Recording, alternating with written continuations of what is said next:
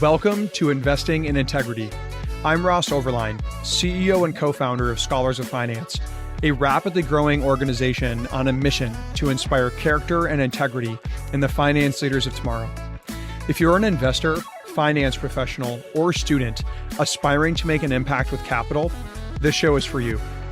Investing in Integrity brings you conversations with leading minds in finance to help you learn how you can make finance a force for good by investing in integrity. Today's conversation was a truly special one. It was with Howard Marks, an iconoclast and modern legend in the world of investing. For anyone listening who doesn't know who Howard Marks is, he is the co-founder and co-chairman of Oaktree Capital Management. Since co-founding Oaktree in 1995, he's grown the firm to over $200 billion in assets under management. Howard guided the firm's development, emphasizing a disciplined investment philosophy focused on risk controls and applying deep market cycle analyses. Howard is renowned for his memos, essays that detail his investment strategies and insights into the economy, which are posted publicly on the Oaktree website.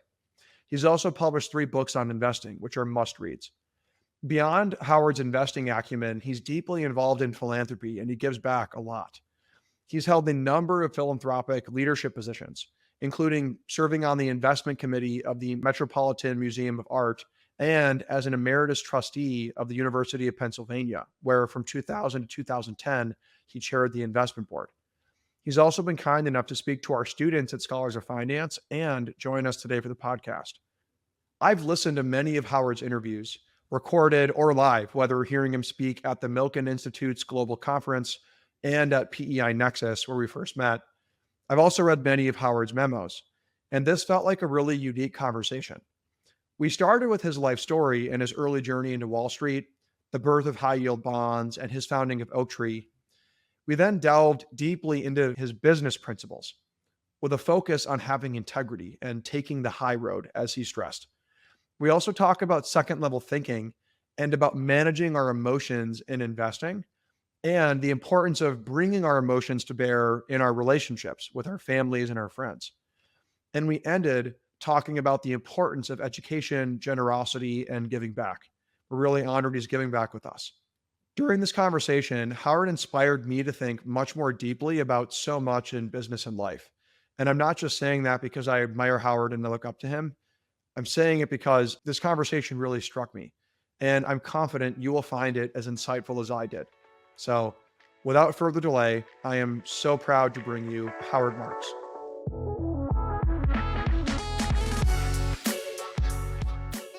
Howard Marks, sir, it is such an honor to have you on the Investing in Integrity podcast. Thank you again for joining us today. I've been really looking forward to this conversation. We have so much ground to cover, and let's begin with how are you doing and where are you calling in from? Very well, thank you. I'm calling in from New York City. Howard, I'm so excited to dive in.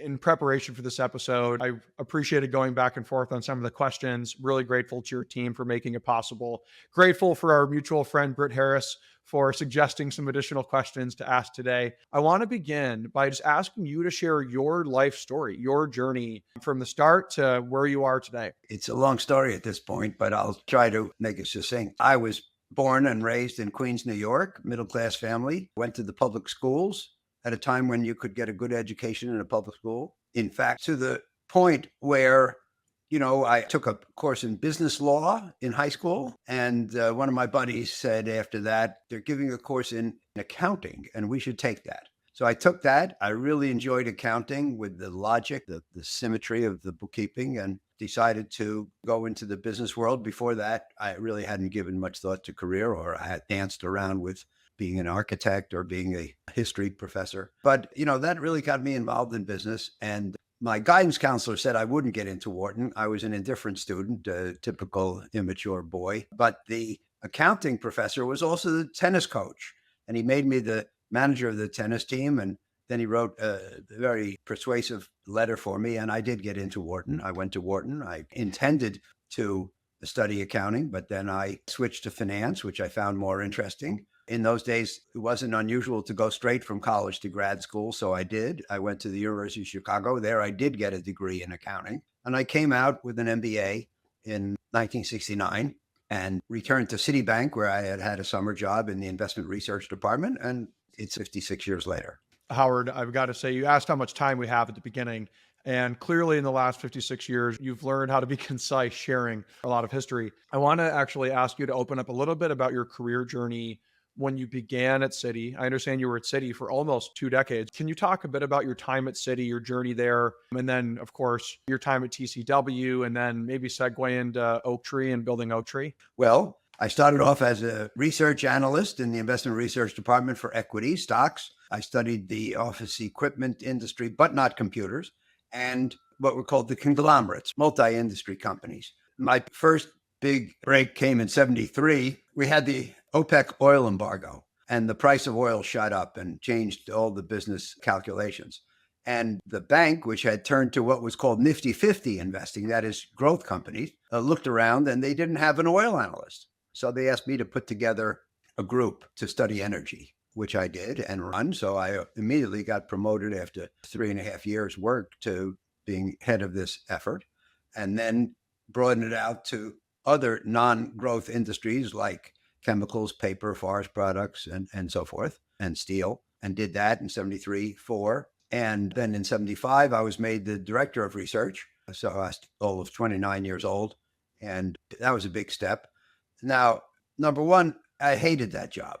My job was to know 2 sentences about 400 companies, a mile wide and an inch deep. And that was very unsatisfying for me. And it was a management job, and I preferred doing.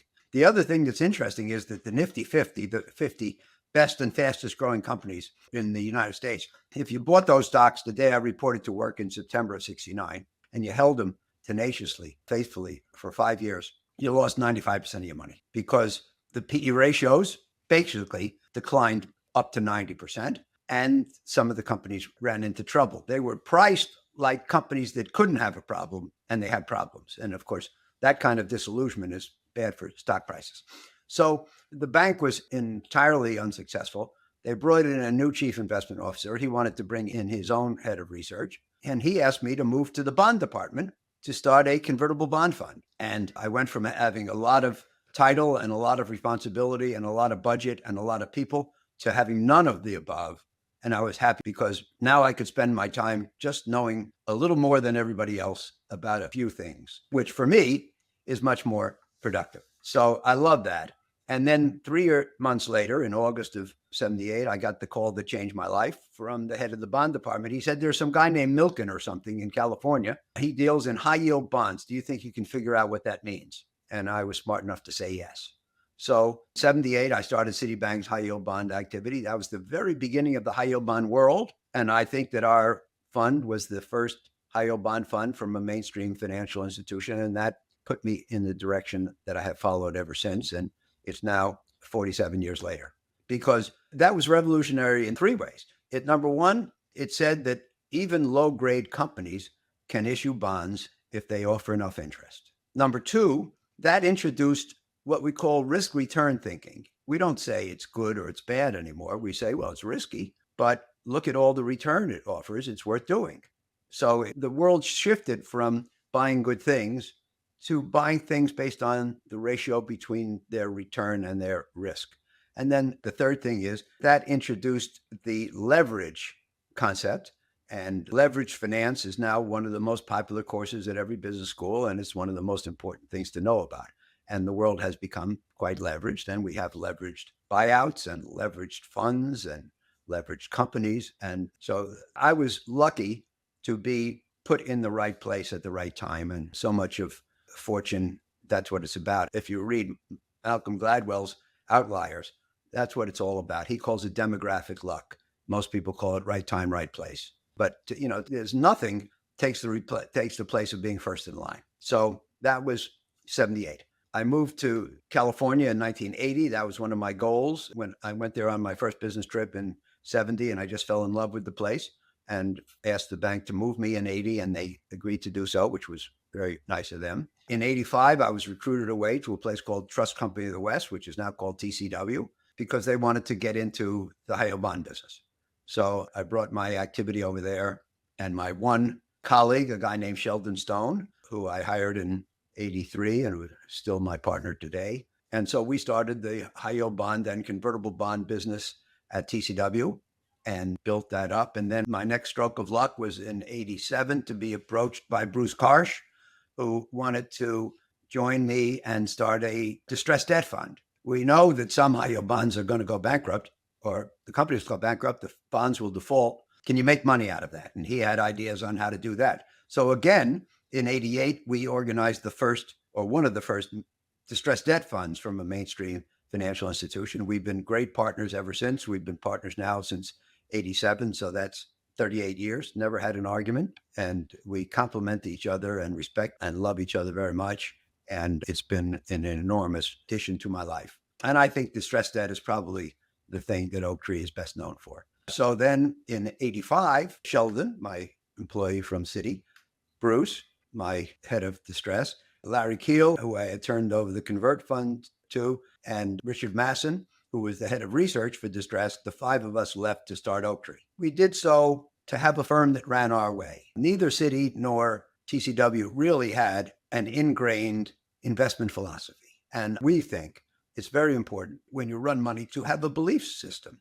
I call it our creed. What do you believe in? What won't you do? What will you do? What do you think will work? How do you think the world operates? What is the basic underlying principle? And, we'd been working, by the time we left to start Oaktree, we'd been working on average 9 years together. We knew that we were birds of a feather, and we wanted to have a firm that ran our way.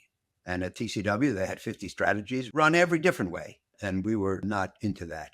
There were other reasons, economic reasons and behavioral reasons, but the wanting to have a firm that ran our way was the big one.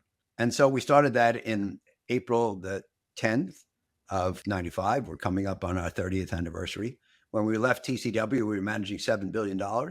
We were a little nervous. We never asked ourselves, do you think we'll ever get back to $7 billion again? But we just thought that we had done a good job for our clients and that if we continued to do so, we'd be successful. We didn't try to quantify that, but we went out kind of without a parachute. And today we're at a little over 200 billion. So I guess it worked. I think others would agree, Howard, that it worked out well. And congratulations, obviously, for whatever that's worth, on decades of success. I have so many follow-on questions, and thank you for sharing your full story. First, you talking about the call that changed your life, right? Getting this call about this guy Milken doing high yield bonds. I remember the first time I heard you speak live was at the Milken conference. I was nominated to the Young Leader Circle and got to see you and Michael do your fireside chat a couple of years ago out in the beautiful sunny LA setting, and really appreciated hearing you and started reading your memos, finding them extremely interesting, still read them and love them, as I'm sure millions and millions now do. Thank you for those. I wanted to ask a couple of things. So when you look back at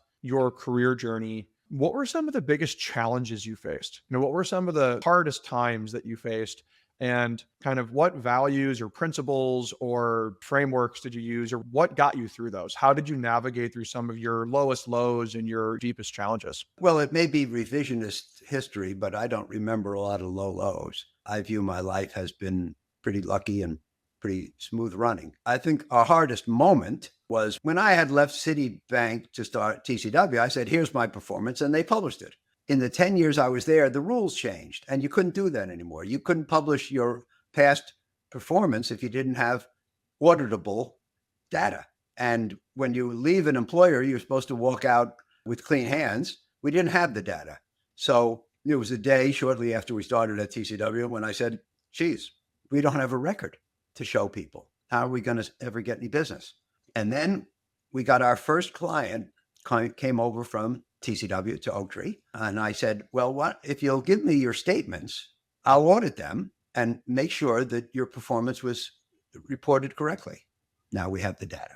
But there was a minute there when we didn't have the data, and TCW put up a fight to retain the accounts. And, what shall I say, used a variety of means of competing that we had to compete against, but we were able to do so successfully. But that was the only low moment. Now, that's not to say everything's gone great or that we've done everything perfectly, but it's been really harmonious and pleasant and team effort. And, the five founders of Oaktree have never had any battles and have done, I think, good work. Oh, and then the other ingredient was when the tech bubble of 99, 2000 burst and stocks The S&P was down 3 years in a row, 2001, 2002. That was the first 3-year decline since the Great Depression, 1939. And basically, people lost interest in stocks. Then the Fed cut rates to rescue the economy and the markets. And at the low interest rates, people lost interest in bonds. So no stocks, no bonds. What are you going to do? Alternatives. And that's when the alternative investment world was invented. The name was invented, and the attention turned to what we do, along with our alternative manager peers. And so that's really why we went from 7 billion to 200 plus, because the alternative investing industry was put on the map by those events, and we benefited enormously from there. So it's not like saying, oh, there's going to be this thing, it's going to be called alternative investment, it's going to get very popular, we're going to take over the world. It was just, again, right time, right place, not some brilliant targeting. Howard, thank you for sharing. I want to kind of ask you about building Oaktree from a bit of a different tack. In your books, in your interviews, you are an investor through and through, obviously, as evidenced by your success, the success of your firm, the results and the performance of your firm that contributed to and directly drove the growth of the firm. Your memos, your memos are often about macroeconomic trends, financial markets, investment philosophy. I was just refreshing myself on your memo from last fall about asset allocation. I really enjoyed Bubble Watch this month as well. We're recording here January of 25. I want to ask you to sort of take a different tack. If you think from a psychological lens, an interpersonal lens, really a leadership lens, through the lens of people, what do you think are some of the kind of characteristics or traits of you and your team that led to your success, both the harmony you had as a team, beyond just we were a good fit for each other? Was it humility? Was it curiosity? Was it baseline integrity and respect? What were some of those kind of leadership traits, those character traits that you think have contributed to your success and to the firm's success in your team? My first book was called The Most Important Thing, and it was written in 2011.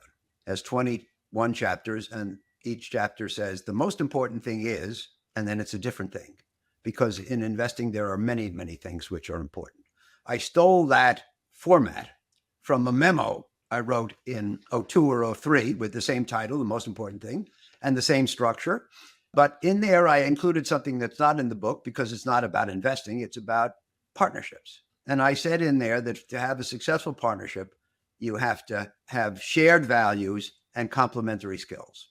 And I think this is very important. I can't imagine being partners with somebody whose values were not consistent with mine and vice versa. So that's number one, shared values. Number two, we think it's very important to act with integrity. It's important to us, not for public consumption. That's how we want to live our lives. And in 2014, we hired a guy named Jay Wintrob to be our first professional CEO. And he came in, and one of the things he did, which was early and clever, and why didn't we, is he said we should have a mission statement. And so we created a mission statement around, this is 2015 or so. And we've always said that it's our job to produce what we call excellence in investing, which is to say, excellence defined our way, making good money for the clients with the risk under control. But in developing the mission statement, a lot of people suggested, and we added, while operating on the high road, is everybody who works at Oaktree, the founders, agree that it's very important to operate on the high road. And I believe that the people who work at Oaktree are there because they also want to operate on the high road. Now, exactly what that means is that you never say anything for the purpose of making a sale that isn't true. Now, you might say, well, who doesn't follow that? The answer is some people will cut a corner, and it's just a matter of degree. I'm not talking about crooks, but I've heard people say things that I know they know aren't true to get an account or something. And we just never do that. So we say we put the client first. Probably everybody says that. We really do.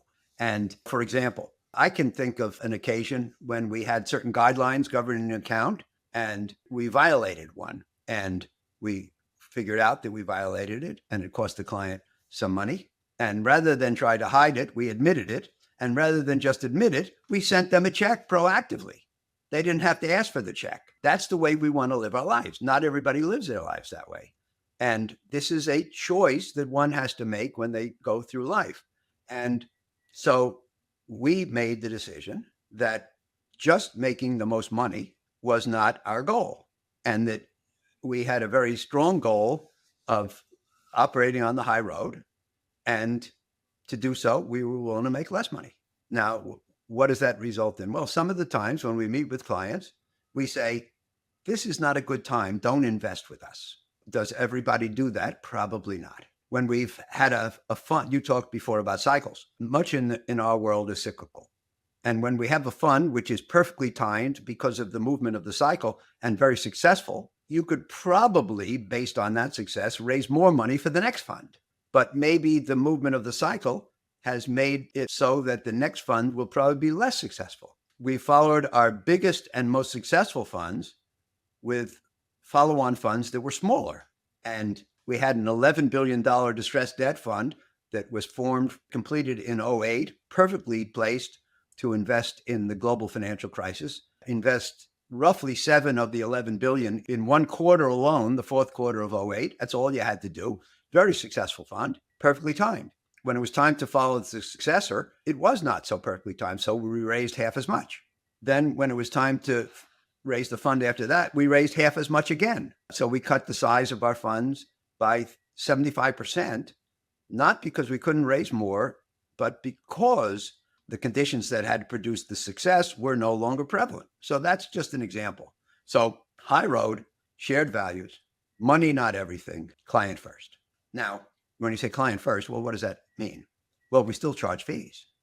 So somebody could say, well, if you really put the client first, why don't you do it free? And the answer is we're a business. We want to make money for ourselves and for our colleagues and for Brookfield, which now owns a good piece of Oaktree, but we want to do it on the high road. And we want the division of the fruit of our labor to be fairly divided between ourselves, our staff, and our clients. Now, fairness is in the eye of the beholder, but it's very important to us to do that.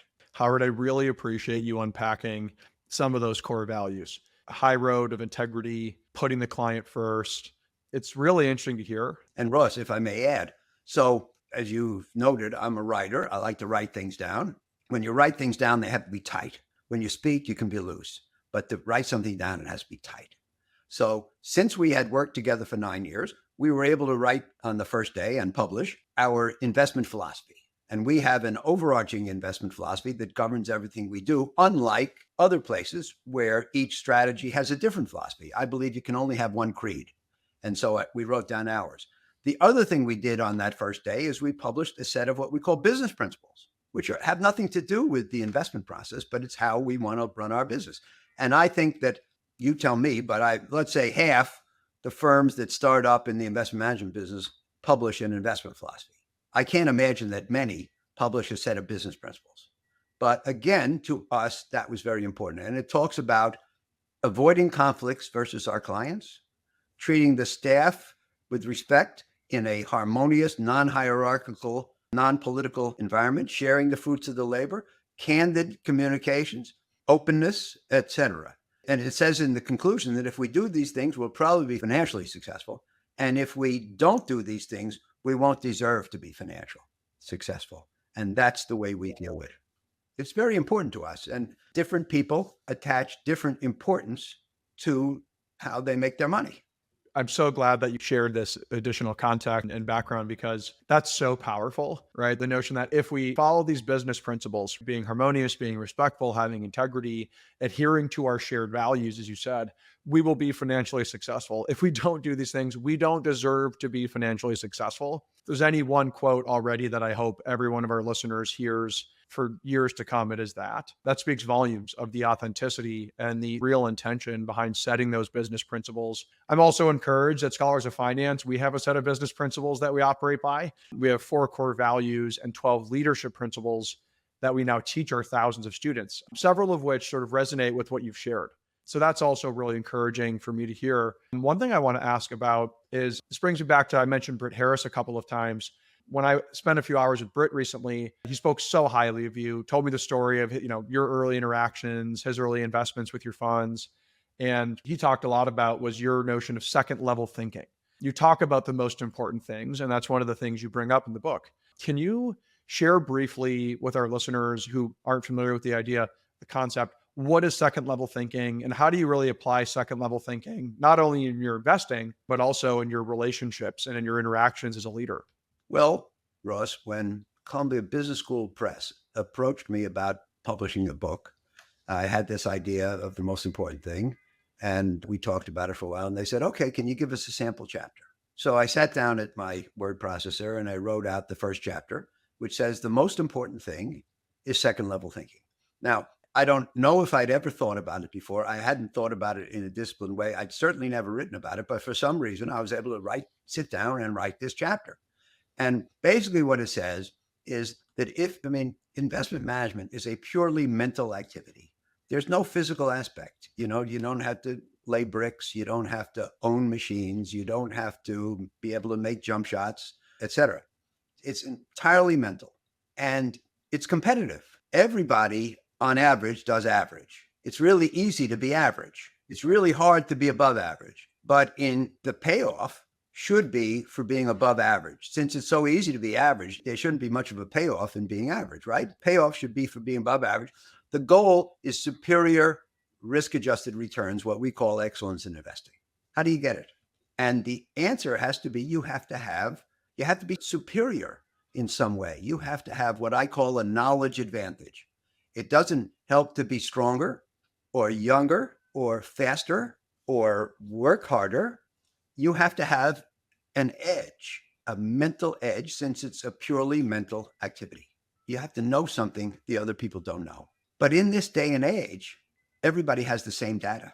In fact, the SEC, if they had to synthesize their job, one of their statements would probably be, we want to make sure that everybody has the same information at the same time. They published something revolutionizing the profession called Reg FD, which basically said everybody has to have the same information at the same time. When I was a kid, as an analyst, the companies where we were the major shareholders would give us information they wouldn't give others, or they would meet with us in ways they wouldn't meet with others. So it was not a level playing field, and the SEC decided there should be a level playing field. Well, how do you get a knowledge advantage when there's a level playing field in terms of information? You need second level thinking. What does that mean? You have to think at a higher level than the first level thinker. It's simple. I'll give you a great example. The first level thinker says we should buy Ford stock because they're coming out with a great new Mustang. But of course, everybody knows they're coming out with a great new Mustang. And the fact that they're coming out with a great new Mustang is probably already reflected in the price of the stock. The second level thinker says they're coming out with a great new Mustang, but I'm not sure it's going to be as great as everybody thinks. And I think the pendency of the new Mustang is over discounted in the price of the stock. We should sell Ford stock. You see, you've got to think at a higher level, more intricate and disciplined, deeper thinking, more complexity. I think that's very important. However, there's a catch. You have to think different from others and deeper, but also better. So if everybody thinks that there's going to be a great Mustang and they should buy Ford stock, just selling Ford stock is not a road to success. You have to understand what everybody thinks, what they're doing, why they're doing it, what's wrong with what they're doing, what's right about what you think, etc. So again, much deeper than just a knee-jerk, contrary inclination. And by the way, one of the things you mentioned in your question was humility. I think I'm a big believer in intellectual humility. What intellectual humility means is that you're not the only smart person. And in fact, the other person could be right. So most of the time, with regard to the facts, the consensus is more right than the lone wolf. So usually the consensus is the closest to the truth that you can get. And if you made a living out of saying heads every time the consensus said tails, you'd probably go broke. Once in a while, you can figure out when the consensus is wrong. Once in a while, you can figure out when the consensus opinion is misincorporated in the price of a stock. But those are the times to distinguish yourselves. Second level thinking. Different, and better.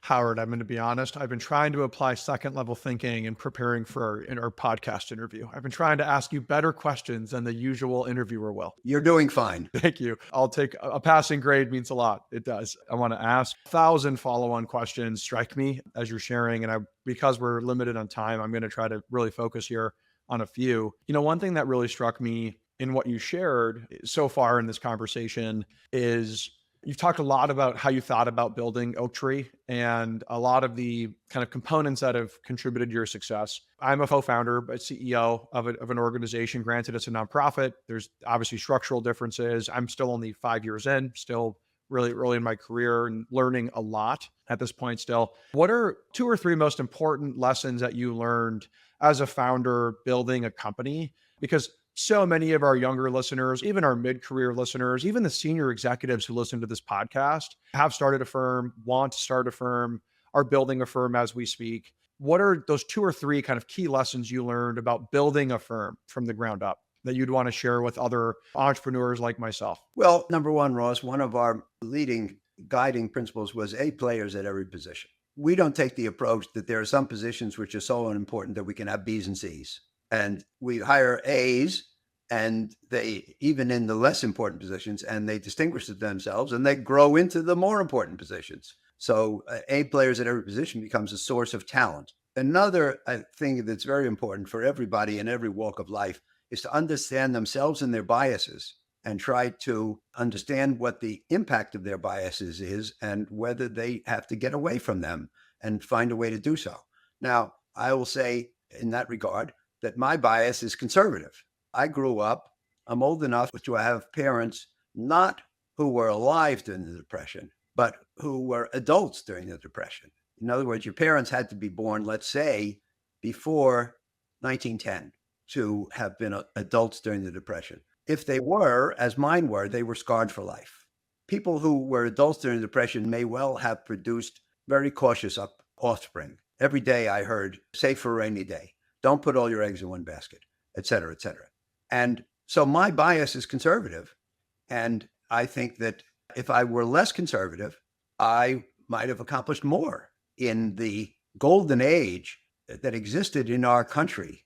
Let's just say since the end of World War II, it's been the greatest period in the history of the world. And in general, over that period, the more you invested and the more aggressively you invested, probably the better you did. So I would admit that maybe my conservative bias held me back. Of course, my investing was in very risky areas or areas perceived to be risky. So if I hadn't had the benefit of conservatism, maybe I wouldn't have gotten off the ground. But the general principle is, though, how important it is to understand your biases and offset them where desirable. Howard, thank you for sharing. I appreciate both of those. In reading a lot of your work, of course, being a student of yours passively for years now, one thing you talk about is fear, greed, and these emotions that can disrupt our objectivity. One quick hit question I have is, how do you personally, and this is really anyone listening, and for myself, really, how do you keep fear, greed, and envy at bay and preserve your objectivity? For me, Ross, it seems to come natural. I'm not a very emotional person. In one of my books, I say that being unemotional is very good for being an investor. There are other walks of life in which it's not so helpful, like marriage. So I would urge your listeners to be good spouses and partners and emotional contributors to their family lives. And that's a problem because being unemotional really does help you as an investor, but I think it holds you back in other aspects of life, and I wouldn't advise it. So to be a good investor, you should have your emotions under control. To be a good, let's say, family person, you should have your unemotional nature under control. But, I'm very lucky because I think that envy and greed are 2 of the strongest forces in the world and very hurtful. And they lead to doing the wrong things and to being a crappy person. And I would advise against it. There's a book, Manias, Panics, and Crashes, I think it's called, by Kindleberger. In one of the editions, they say, there is nothing so injurious to your mental well-being as to watch a friend get rich. Now, I think that that is largely true. It is obviously not a good thing. It's obviously something we should fight against. But I think it's widely true. Resentment is what's driving our political arena these days. But it's not a good thing. And it would be great if people could get that under control. I seem to be less burdened with that. Howard, I appreciate you unpacking that. At Scholars of Finance, as you might imagine, this is something we spent a lot of time on, kind of studying all the ancient wisdom on and studying the latest science on. What we've been teaching our students is sort of their escalating steps. Contentment is first, knowing when I have enough. After that's gratitude, actually finding joy in what I have. And then the step beyond that is generosity, actually giving away my time and resources so they don't control me, right? Releasing the grip they have on me. I want to use that to segue into another question. I have a couple of quick rapid fire questions here before we run out of time. You've been an incredibly generous philanthropist, right, during your career, giving to your alma mater, helping build centers for writing excellence, so many things that you've done philanthropically, you and your wife. Can you share a bit about, A, the importance of generosity, why you give back, and B, the importance of education, right? Why you invest in education specifically? Number one, I was brought up by my parents to do that. It was important to them, even though they didn't have a lot of money. They followed that tradition. And number two, I feel I'm the luckiest person in the world. And if it's true that I'm the luckiest person in the world, which I believe, and I don't share the results, there's something wrong with me. Simple. Number three, the ancient philosopher Cicero said that the thankful heart is not only the greatest of all the virtues, but it is the parent of all the other virtues.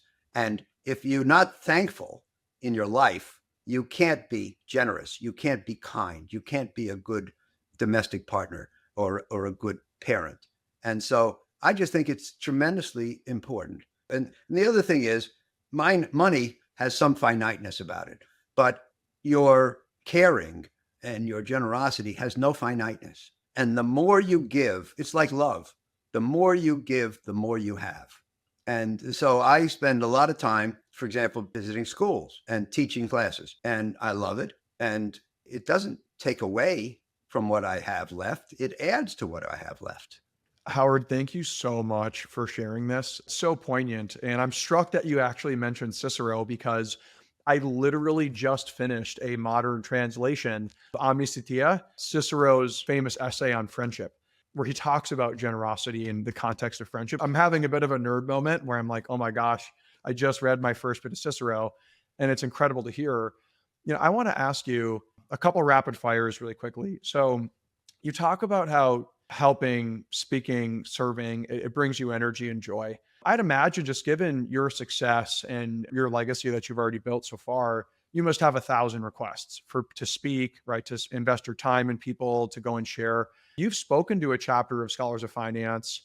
Here you are on our podcast as well. Of all of these competing requests, what about Scholars of Finance and our mission, has led you to now invest some of your time and give back through Scholars of Finance? What is it about our mission of raising up the next generation of leaders that's spoken to you and drawn you in? Well, look, most of the speaking I do is just to teach people about investing, but particularly drawn to opportunities to teach them about investing / human behavior and staying on the high road. It's what I believe is the right thing. And I just want to advance that as I can. And like I said, anybody who is, first of all, people who don't admit they've been lucky, I find insufferable. There's this, and I wrote a memo called Getting Lucky January of 2014. It was the popular memo of all at that point in time. But, I just think that if you're lucky, you got to admit it and you got to share it. And if you've been lucky, you have to want to give. And I think it's imperative. Howard, thank you so much. I think that's a perfect note to end on. I would love to have you back on again in the future. I have hundreds of additional questions to ask you about how we can be better future leaders and how we can try to take the high road. Would love to have you on again in the future. And I feel so lucky to have had your time today and to share your wisdom with our community on these important subjects. Thanks again, Howard. Thank you, Ross. I've enjoyed answering your questions, and I've particularly enjoyed exploring this dimension, which is so important. Thanks, Howard. Thank you for listening to today's episode of Investing in Integrity by Scholars of Finance. I want to share a huge thank you to our advisors, directors, donors, team, and our members who make this all possible. If you like this episode, please leave us a review on Apple Podcasts. And if you have any feedback for us, you can send it to hello@scholarsoffinance.org or by visiting our website. Until next time, please join us on our mission to inspire character and integrity in the finance leaders of tomorrow.